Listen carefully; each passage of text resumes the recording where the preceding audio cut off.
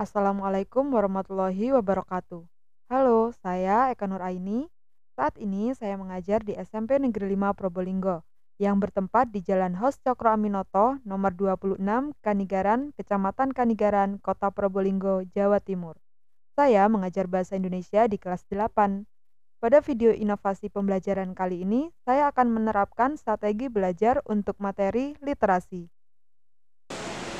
Assalamualaikum warahmatullahi wabarakatuh. Waalaikumsalam warahmatullahi wabarakatuh. Selamat pagi semuanya. Pagi, Bu. Sebelum kita memulai pembelajaran hari ini, mari kita mulai dengan berdoa terlebih dahulu. Berdoa dalam hati, mulai. Selesai. Kita akan melakukan presensi terlebih dahulu ya. Yolanda, Hadir, Bu. Revan, Hadir, Bu. Randy, Hadir, Bu.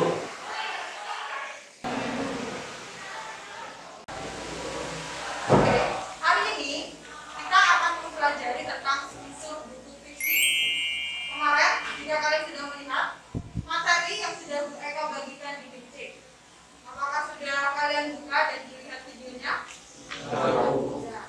Oke, bagus. Tapi mungkin ada beberapa masih lupa ya.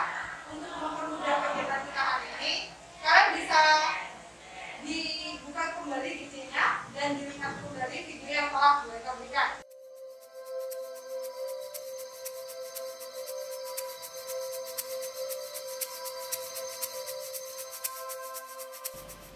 Halo, bertemu lagi dengan Bu Eka.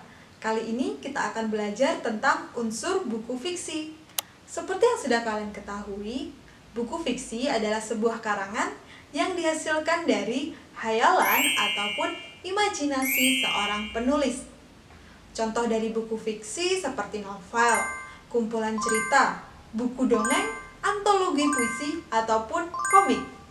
Nah, kemudian kira-kira unsur pembangun dari buku fiksi itu apa ya?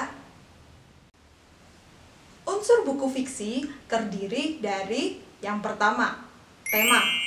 Tema adalah ide pokok atau gagasan utama yang membangun isi cerita. Contohnya tema itu seperti perjuangan, persahabatan, atau kisah cinta. Yang kedua yaitu tokoh dan penokohan. Tokoh dan penokohan adalah siapa saja yang terlibat dan bagaimana sifatnya. Yang ketiga adalah latar. Latar merupakan tempat, suasana, ataupun waktu di mana peristiwa itu terjadi. Yang keempat adalah alur. Alur merupakan rangkaian peristiwa, yaitu urutan-urutan peristiwa terjadinya cerita. Yang kelima adalah amanat. Pasti setiap penulis ingin menyampaikan pesan di dalam ceritanya. Itulah yang disebut dengan amanat. Kemudian yang keenam adalah gaya bahasa. Gaya bahasa berbeda-beda oleh setiap penulis. Terkadang ada yang menuliskan dengan cara atau dengan bahasa yang formal. Ada juga yang menuliskan dengan bahasa yang santai seperti sehari-hari. Terkadang juga diselipkan beberapa majas di dalam cerita. Hari ini tugas yang akan kita lakukan adalah membuat rangkuman isi buku. Sudah dibaca atau tidak buku yang kemarin mereka perintahkan? Sudah ya? Oke. Sekarang kita akan membuat rangkuman dari buku yang sudah kalian baca tadi. Kita akan melakukannya dengan cara si pinus. Apa ya si pinus itu? Nah, kemarin mereka sudah memberikan 2 video. Buku tentang materinya, video tentang materi, dan juga video tentang si pinus. Sekarang kalian lihat kembali video tersebut. Perhatikan apa sih si pinus itu.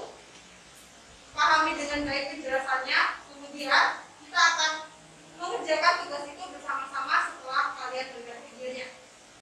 Hai, kali ini kita akan mulai membuat rangkuman isi buku fiksi, yaitu dengan menggunakan pinus. Apa ya si pinus itu?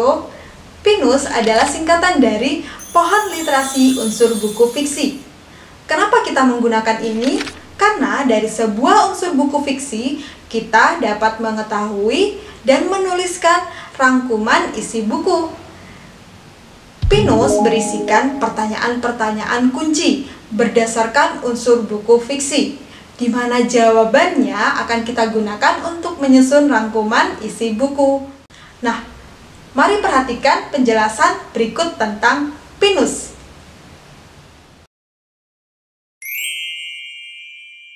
Pertanyaan kunci dalam Pinus didasarkan pada unsur buku fiksi. Unsur buku fiksi terdiri dari tema, penokohan, latar, alur, amanat, dan gaya bahasa. Dalam setiap unsur, guru telah menyiapkan pertanyaan-pertanyaan yang berhubungan dengan masing-masing unsur buku fiksi. Pertanyaan-pertanyaan itu adalah sebagai berikut. Nah, tugas siswa yang pertama adalah menjawab pertanyaan tersebut sesuai dengan buku yang sebelumnya telah siswa baca.